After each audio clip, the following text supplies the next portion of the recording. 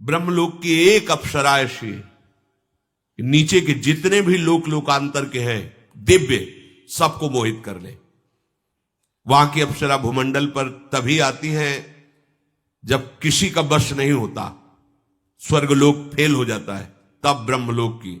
एक बार महाभारत में हमने स्वाध्याय के समय पढ़ा था, शुंद उपशुंद, ये दो ऐसे जुड़वा भाई थे कि अगर इनको कोई भी क्रिया करनी तो एक साथ होती थी इनकी, थे अलग अलग ही, अगर एक की ऐसी दृष्टि गई तो उसकी दृष्टि गई, एक स्वभाव, एकदम एक रुचि, और दोनों ने भारी तपस्या की, भगवान ब्रह्मा जी को प्रसन्न किया और वरदान मांगा कि हम अमर हो जाएं। सबसे ज्यादा इनको दिक्कत मरने की होती है, अमर हो जाएं फिर मनमानी आचरण करें। तो ब्रह्मा जी को भगवान का आदेश है कि वरदान देते समय योग्यता जरूर देख ले। तो योग्यता तो थी क्योंकि ऐसी भारी तपस्या की, पर स्वभाव नहीं था इस वरदान की योग्य। इसलिए भगवान ने कहा अमर तो नहीं कर सकते, तुम बचने के उपाय में जो चाहो मांग लो। यही कहा था हिरण्यकश्यप से भी। तो उसने पूरा वरदान ऐसा मांगा कि ब्रह्मा के पास कुछ रह ही नहीं गया, बस केवल अमरत्व तो शब्द नहीं था, बल्कि सब था। ऐसे ही इन्होंने विचार किया तो कहा तुम्हारे किसी भी विधान से ना मरूं, अगर मरूं तो मैं भाई भाई से ही मरूं। बिल्कुल ठीक है, बिल्कुल ठीक। और अच्छा उनको ये था कि हमारी दोनों में इतनी प्रीति है कि जो हम पसंद करते वही ये पसंद करते, जो हम चलते। ब्रह्मा जी मुस्कुराए, ये तो बहुत हल्की बात, हाँ ठीक, तथास्तु। और उनको ही विश्वास था कि आज तक हमारे भाइयों में एक वृत्ति का फेर नहीं हुआ दोनों में, तो कैसे हो जाएगा। अब इन्होंने शुरू किया बड़े बड़े ब्रह्म ऋषियों के आश्रमों में आग लगा देना, अत्याचार, राक्षसी स्वभाव।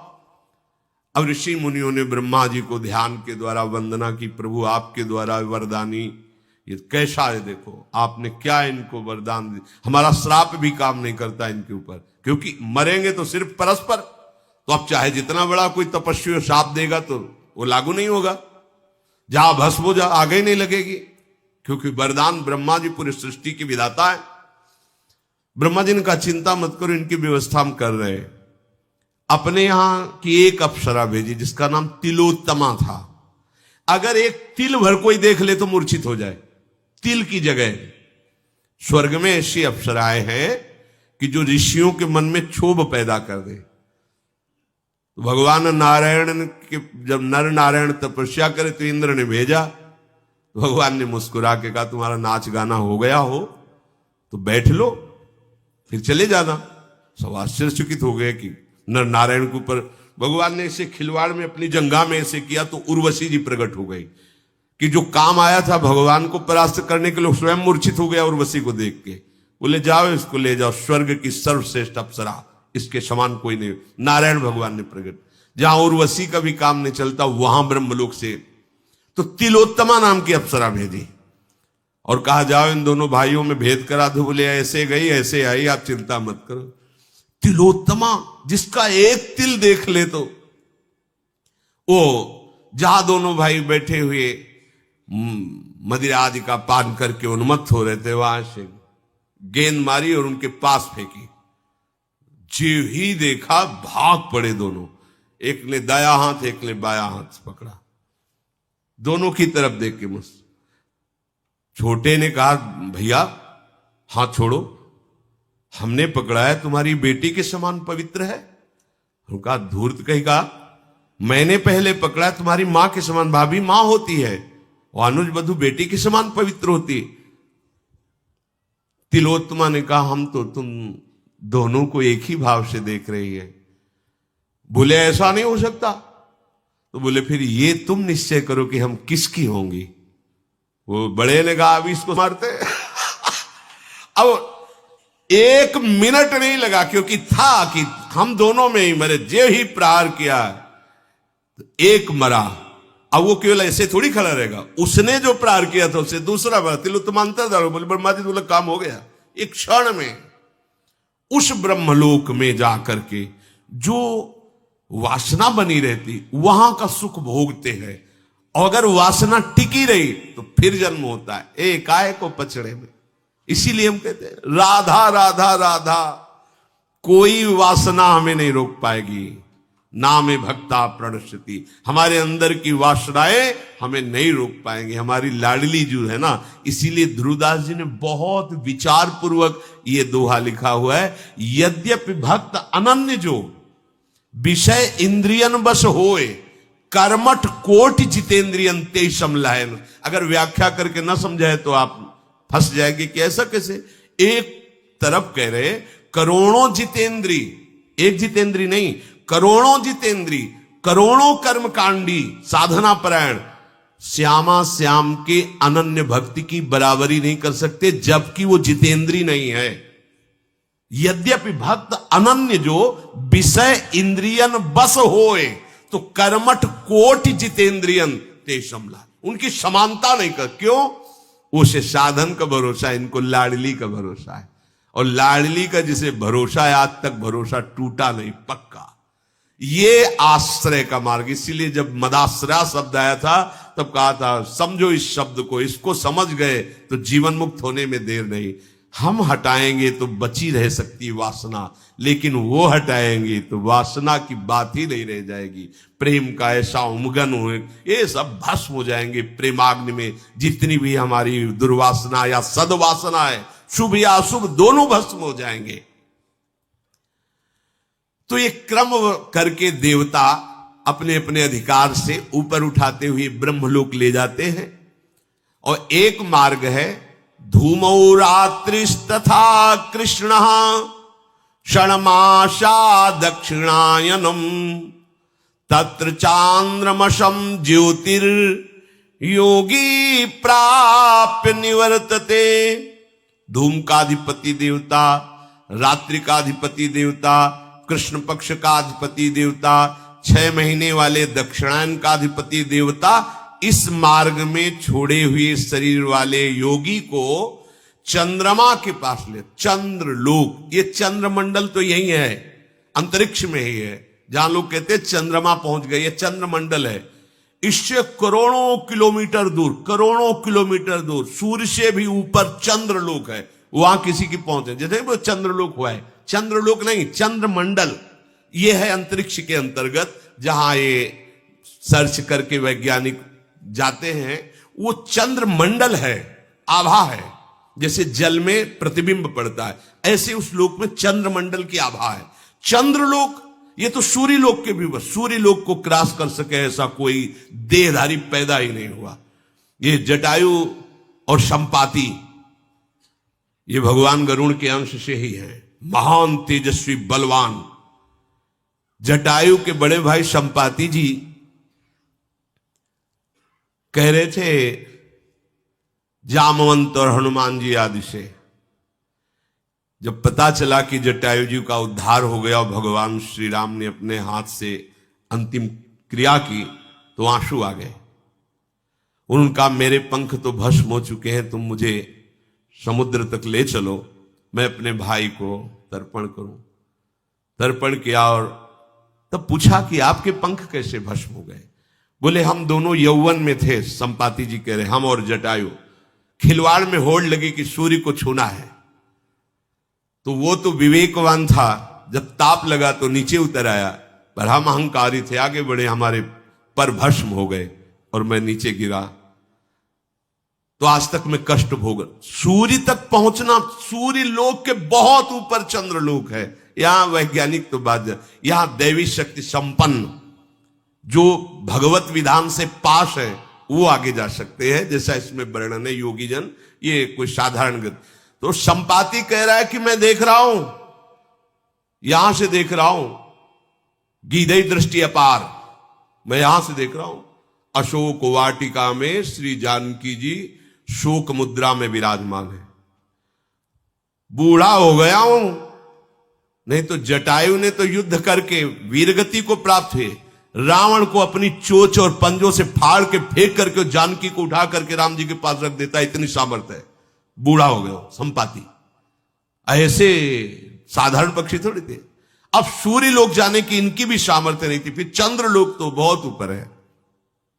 कृष्ण पक्ष का अधिपति देवता 6 महीने वाले दक्षिणायन के अधिपति देवता को समर्पित करता है और वो सकाम योगी चंद्रमा के लोक को प्राप्त होकर वहां सुख भोगता है और फिर मृत्यु लोक में जन्म लेता है।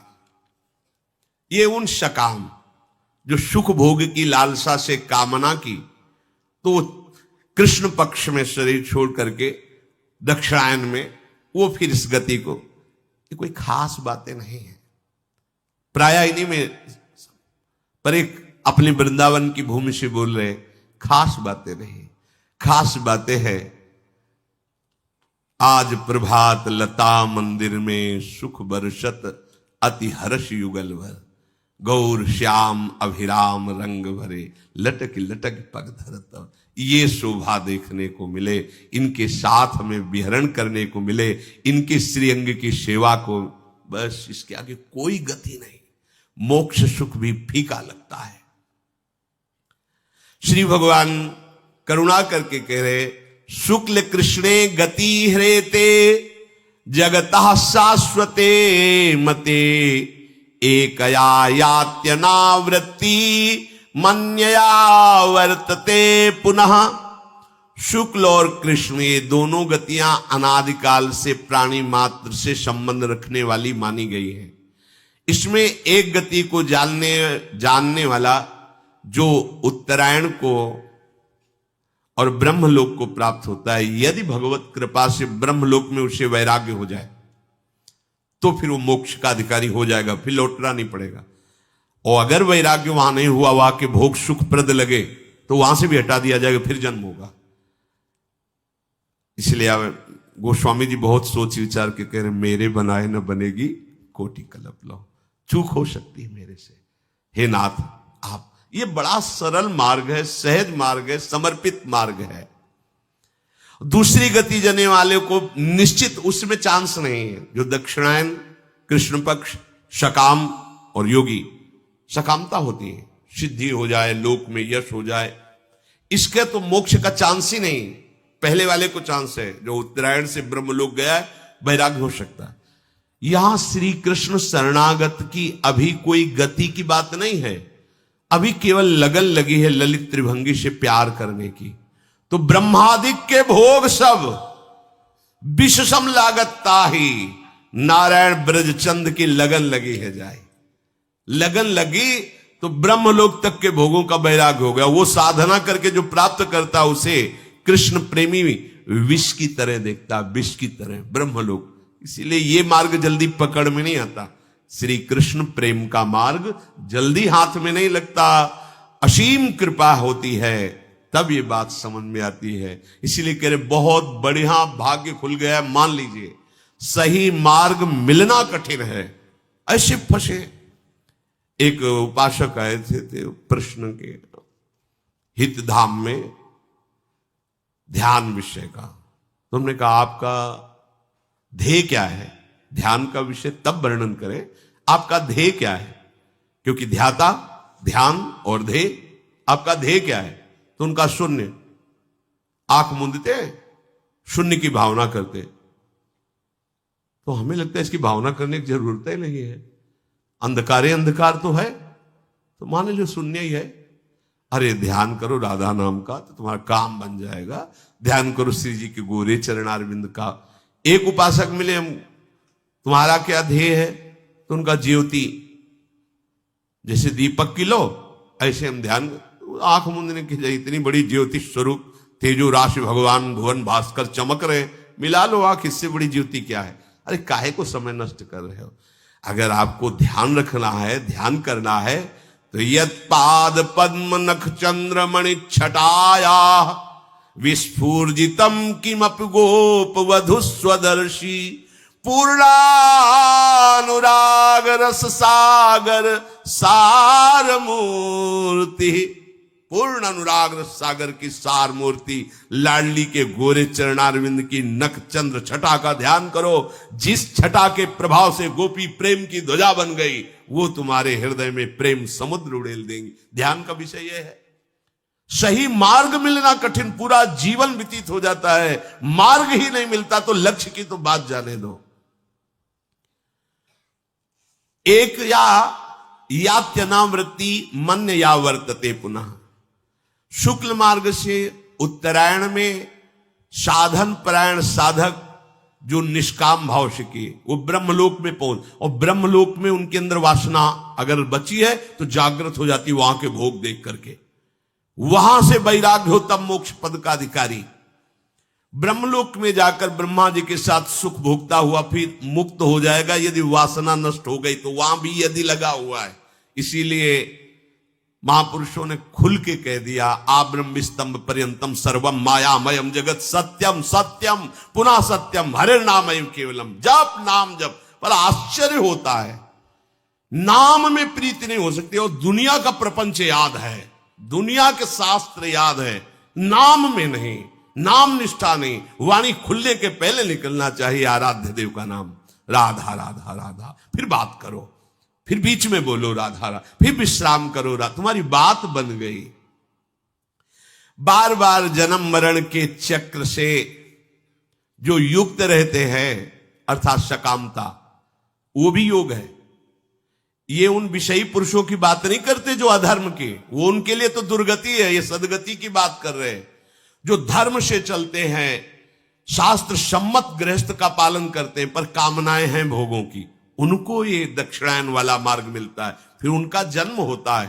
पर ये जिनकी दुर्गति हो रही उससे करोड़ों गुना बढ़ करके है ये। नैते श्रुति पार्थ जानन्य योगी मुरिहति कश्चन। बहुत बढ़िया बात। तस्मात् सर्वेषु कालेषु योग युक्तो भवार्जुन। हे अर्जुन, इन दोनों मार्गों को जानने वाला कोई भी योगी मोहित नहीं होता।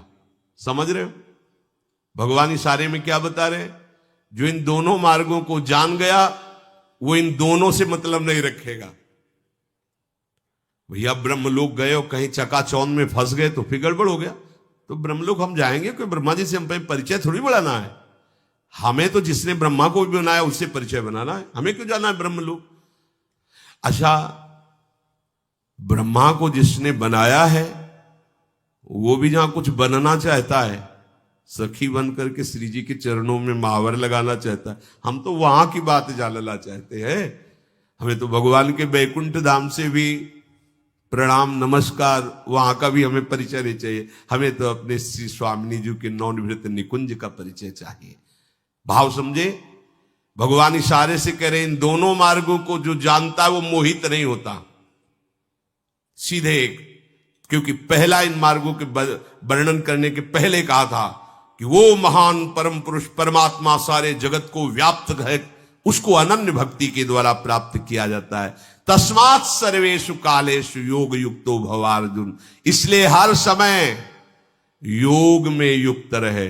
यहां किस योग की बात कह रहे भगवान? अष्टांग योग, लय योग, हठ योग नहीं, तस्मात् सर्वेषु कालेषु माम निस्मर वाले योग की। जो सतत भजन करता है, तेषाम सतत युक्ता नाम भजताम प्रीति पूर्वकम ददामि बुद्धि योगम तम, इस योग की बात कर रहे हैं। हमारा यह मन और बुद्धि प्रियालाल में समर्पित हो गया। इस योग के बराबर कोई योग नहीं। इतने मार्ग हैं, इतनी सिद्धांत है कि बता रहे टेबलेट जेब में रखना पड़ेगा, सर दर्द हो जाएगा आपको। बस गुरु कृपा पात्र जन को ढूंढना नहीं पड़ता। इसीलिए गुरु का वर्ण किया जाता है कि भाई मेडिकल स्टोर तो भरा हुआ है औषधियों से। हे डॉक्टर, हे वैद्य, तुम हमारी नाड़ी पकड़ो और बोलो कि कौन सी दवा हमारे काम में आएगी। सीधे लिया, खाया, खत्म के। अब खोज दे कि हमारे सर दर्द की दवा इसमें कौन सी है, तो हमारा समय बर्बाद होगा, सर दर्द बढ़ेगा और हम दवा नहीं निकाल पाएंगे। अगर धोखे से कोई इधर उधर टेबलेट खा लिया तो रिजेक्शन भी होगी। रिजेक्शन के तरह एक्शन रिजेक्शन जो भी हो, मतलब वो विरोधी भाव पैदा कर देगा। ऐसे ही शास्त्र को आप मेडिकल स्टोर समझो, दवाखाना भवरोग का, और सदगुरु वैद्य हैं, उनसे दवा लो। तुम स्वयं खोज मत करो, फंस जाओगे फिर। अगर सदगुरु ने दवा निश्चित कर दी तो विश्वास, सदगुरु वैद्य वचन विश्वासा, विश्वास पूर्वक वो दवा खा लो जैसे डॉक्टर पर विश्वास करते हो। और संयम परहेज, जो विरोधी भाव, विरोधी संग, विरोधी विषय, उनकी आशा मत रखो, उनका संग मत करो तो निकल जाओगे। जिसका ऐसा दृढ़ निश्चय है कि केवल मुझे भगवत प्राप्ति करनी है, उसे कोई भी देश काल परिस्थिति कभी भी कहीं भी विचलित नहीं कर सकती। कोई भी घटना परिस्थिति के अधीन नहीं हो सकता, क्योंकि उसका लक्ष्य है भगवत प्राप्ति। तो भगवत प्राप्ति होती है भगवत सुमिरन से, निरंतर भजन से, बस इससे बड़ा कोई योग नहीं है। सहज में समझ लीजिए। वेदेषु यज्ञेषु तपः शुचैव दानेषु यत् पुण्य फलम प्रदिष्टम अत्येति तत्सर्वमिदं विदित्वा योगी परम स्थानमुपैति चाद्यम। जो मेरा निरंतर भजन करने वाले हैं भगवान, यहां योगी उन्हीं को, क्योंकि पीछे भगवान ने कहा था कि कर्मकांडियों से भी श्रेष्ठ योगी और ज्ञानियों से भी श्रेष्ठ योगी। तो योगी कौन? जो मुझे अनन्य भाव से भजते हैं वो सर्वश्रेष्ठ योगी है, जो ज्ञानियों से भी, कर्मकांडियों से, तपस्वियों से भी श्रेष्ठ है। तो यहां उसी योग का भगवान भाव कह रहे कि जो मेरे इन दोनों बताए हुए मार्गों को जानता वो मोहित नहीं होगा, वो हर समय योग में स्थित रहेगा। योग क्या? प्रभु का चिंतन, प्रभु से विमुख हो जाना ही ये हमारी दुर्गति का कारण हुआ है। हर समय कहीं भी हो, कैसे भी हो, जब आपके मुख से नाम निकलेगा और हृदय में प्रभु का आश्रय है, निश्चित परम गति होगी, इसमें कोई संशय नहीं है। जो योगी मेरा अनन्य चिंतन करता है वो इन वर्णन किए हुए जो शास्त्र सम्मत सिद्धांत, वेदों में, यज्ञों में, तपों में, दान में नहीं फंसता। भगवान स्वयं कहते, ध्यान से सुनो, क्योंकि जितने इनके सब साधन फल करे गए हैं वो तो उसके चरण चूमते हैं जो मेरा निरंतर चिंतन करता है।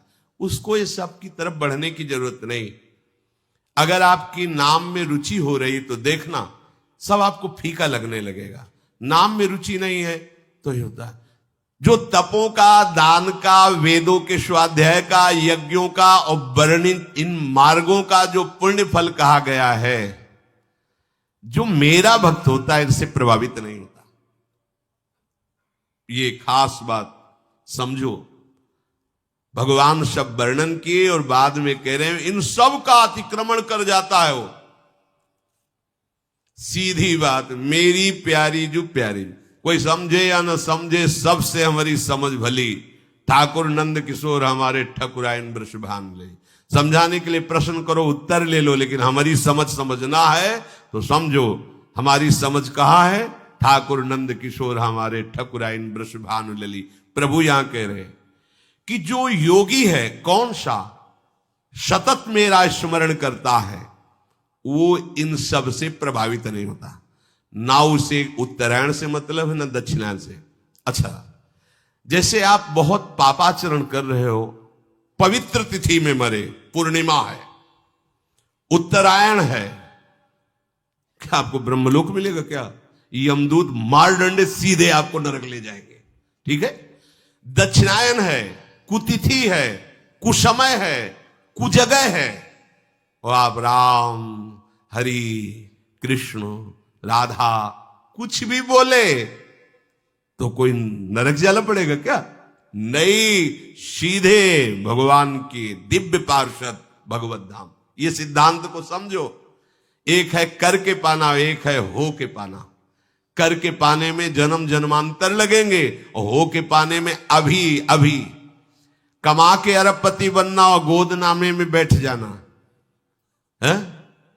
जो कर के पाना है वो कमा के बड़ा जन्म जन्म, और होके गोदनामे में। वो तो कह रहे हैं ना, अगर ये हो कि भाई वहां फुल हो चुका है, अब नहीं, वो कह रहे हैं अब भी जगह खाली है, आ जाओ।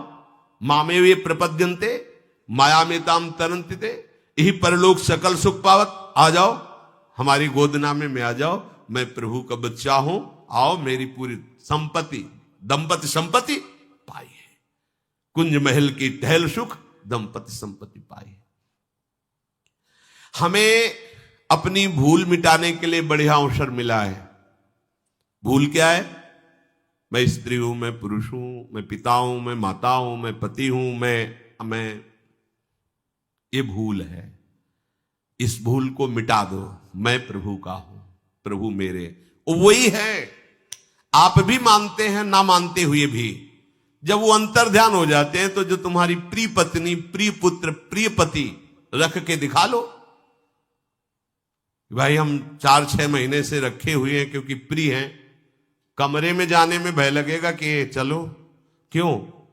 वही तो तुम्हारा पुत्र है, वही पत्नी है, वही बोले डर लगता है। अब वो कहां रहे? तो जो नहीं रहे उनको जानते थे क्या? जानते तो 5 भौतिक शरीर को थे। अब क्या डर है? अब उसी से कहो कि आप हृदय से लगाओ, वही पुत्र है तुम्हारा, वही पति। नहीं, डर लगता है। और फिर उससे कहो कि रखे रहो, काहे को रो रहे हो? रखे रहो ना, कोई नहीं ले जाएगा। इसी से तो प्यार करते, पैसा दे के कहेंगे कि इसको जला दो, जाके हटाओ इसको। अनजाने में भी तुम प्यार प्रभु से ही करते हो, पर जान के कर लो तो निहाल हो जाओगे। अपनी भूल को मिटाना है। हम लोग समझते हैं कि हम अपनी भूल को मिटा सकते हैं, पर यह निर्बलता भूल मिटने नहीं देती। अगर आप प्रभु से विमुख हैं तो कहां पुष्टता आपको मिल सकती है? अरे भाई, हम क्यों जीना चाहते हैं 100 वर्ष? नहीं जीना है। अगर हमारी लाडली जी को ऐसा ही है तो जब उनको बुलाना हो बुला ले, हम उन्हीं के लिए जीवन दिए हुए ना। अच्छा, उनको जो कराना है वो करवा रहे हैं, किसी को दुख दे के, किसी की हत्या करके, किसी के। अपना जीवन थोड़ा विचार करो। यही कर्म तो आकर के यहां हमको गिराने के लिए तैयार हुए हैं। अब एक कर्म ऐसा कर लो कि तुम गिरो ना। ये निर्बलता, ये अपात्रता, ये संयोग सुख की लोलुपता, ये मनुष्य को असमर्थ बना देती है। राधा राधा अगर भाव से जप करके देखो तो कोई कमजोरी।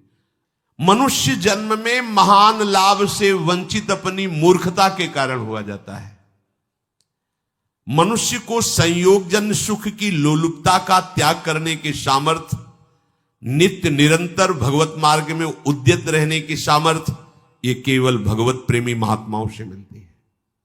पकड़ लीजिए बात। अगर शब्द है भगवत प्रेमी महात्माओं से, क्योंकि भाई अगर भटके हुए जंगल वाले से फंस गए तो तुम्हारा दिमाग ही बदल जाएगा, ये धाम नाम सब छूट जाएगा। अपनी अपनी भावना होती है। एक संत भगवान नर्मदा के किनारे से आए थे। उन्होंने कहा कि सर्वत्र वृंदावन ही है, जहां भगवान वहीं वृंदावन, तो बताओ भगवान कहां नहीं है? सब जगह भगवान, सब जगह वृंदावन ही है। हां, हमारे वृंदावन के 2 रूप हैं, एक है व्यक्त रूप और एक है अव्यक्त रूप। अव्यक्त रूप से जहां व्यक्त रूप का चिंतन करोगे वहीं आपको भासेगा, अनुभव में आने लगेगा। लेकिन वृंदावन तो वृंदावन ही है ना। कोई त्रिभुवन में जगह बताओ जहां ललित त्रिभंगी बिहारी जी मूर्तिमान होकर के विराजमान हो। ये किसी कारीगर की रचना नहीं, स्वयं प्रियालाल श्यामा श्याम स्वामी हरिदास जी के प्रेम से ये युगल रूप एक वपु धारण कर बांके बिहारी के, ये प्रिया प्रीतम साक्षात कहना भी एक लघुता सी लगती है। प्रिया प्रीतम, ये कारीगर की रचना नहीं की। श्री राधा रमण जो सरकार साक्षात गोपाल भट्ट जी के प्रेम आंसुओं से प्रभावित होकर शालीग्राम में ही प्रिया प्रीतम रूप होकर राधा रमण जी के रूप में विराजमान है, श्री राधा वल्लभ लाल जी महाराज। और ऐसे कितने ठाकुर वृंदावन में, घर घर ठाकुर वृंदावन में। एक संत जहां रहता उस देश की, उस क्षेत्र की महिमा हो जाती। यहां तो घर घर संत है। जैसे एक परिवार में 10 लोग रहते हैं, ऐसे एक कुटिया में 10 संत रहते हैं। यहां संतों का एक खेत है। एक जगह भागवत होती है तो वहां मंगल और पवित्रता छा जाती है, घर घर भागवत हो रही है। एक जगह अखंड कीर्तन, या घर घर अखंड कीर्तन है। कैसे कोई वृंदावन की समानता कोई कर सकता है? भाव से तो वृंदावन सिर्फ वृंदावन। अब आप अगर ये मान के कि संग करोगे तो वृंदावन निष्ठा फेल हो जाएगी, और जब यहां के रसिकों से बात करोगे तो कहेंगे विपिन राज सीमा के बाहर हरिहू को न निहार, रे मन वृंदा विपिन विचार। विचार करो वृंदावन की कैसी अद्भुत महिमा है। देखो वृंदावन की महिमा की, अगर बाहर हरि भी हो तो आंख उठा के मत देखना। वृंदावन परित्यज्य पादमेकम न गच्छति, खंड खंड हो जाए तन अंग अंग सत्तूक। वृंदावन ने छाड़ियो है बड़ी चूक। यद्यपि मिले कोटि चिंतामणि तौ न हाथ पसार, जय श्री भट्ट धूलि धूसर तन ये आशा उर्धार, रे मन वृंदा विपिन निहार। भगवत प्रेमी महात्माओं का संग ये आपकी निर्बलता को दूर कर देगा, आपके अंदर दृढ़ भगवत भाव स्थापित सच्ची मानिए। भगवत प्रेमी महात्माओं का संग आपको बल देगा, पर इस संग के लिए जो सावधानी चाहिए और जो श्रद्धा चाहिए उसे ध्यान पूर्वक सुने। बोरी सखी जी कह रहे, हरिवंश हित जोरी उमगी, ऐसी कृपा मुँह पे करो, परिजाय यह जो स्वभाव सहज ही, कबहू अंतर जनि परो। हरिवंश जोरी श्री राधा वल्लभ लाल, रूप बेली प्यारी बनी सुप्रीतम तेरे प्रेम तमाल, दो मन मिलिए कह भय श्री राधा वल्लभ लाल। हे हरिवंश जोरी हम पर ऐसी कृपा करो, क्या मेरा यह स्वभाव बना दो सहज में, कभी स्वभाव में अंतर ना पड़े। क्या? जे नाम मुख सो ले ही तुम्हरो, उमगी तिन पायन परो, तिन सो सदा आधीन बनो, दीन बाणी उच्चरो। हे लाडली लाल जो आप ऐसी कृपा कर दो, मेरा ऐसा स्वभाव बना दो कि जो आपका नाम मुख से उच्चारण करते हैं, आपके सेवक हैं, आपके जन हैं, उन प्रेमी संतों के चरणों में गिरने का मेरा स्वभाव बना दो। मैं बार बार उनके चरणों में प्रणाम करूं। 300 सदा आधीन बनो, मैं उनके अधीन रहूं, जैसी आज्ञा करें वैसा मैं चलूं, और दीन बाणी उच्चरों, दैन्य होकर उनसे बात करें। छविदावरी देखत उमगी जे, नैन जल भर लावही, तीन दरस इकटक करत कबहू, नैन मम न अघावही। हे लाडली लालजू, जो आपकी रूप माधुरी में डूबे हुए आंसू बहाते हैं, ऐसे रसिक जनों को मैं एकटक निहारता रहूं। मेरे नयन कभी ऐसा तृप्ति ही न माने कि उनके मुख चंद्र से हटने की बात हो। क्या मांग रहे हैं लाडली लाल से? आपकी रूप माधुरी में जो डूबे हुए आंसू बहा रहे, मैं उनको निरंतर देखता रहूं।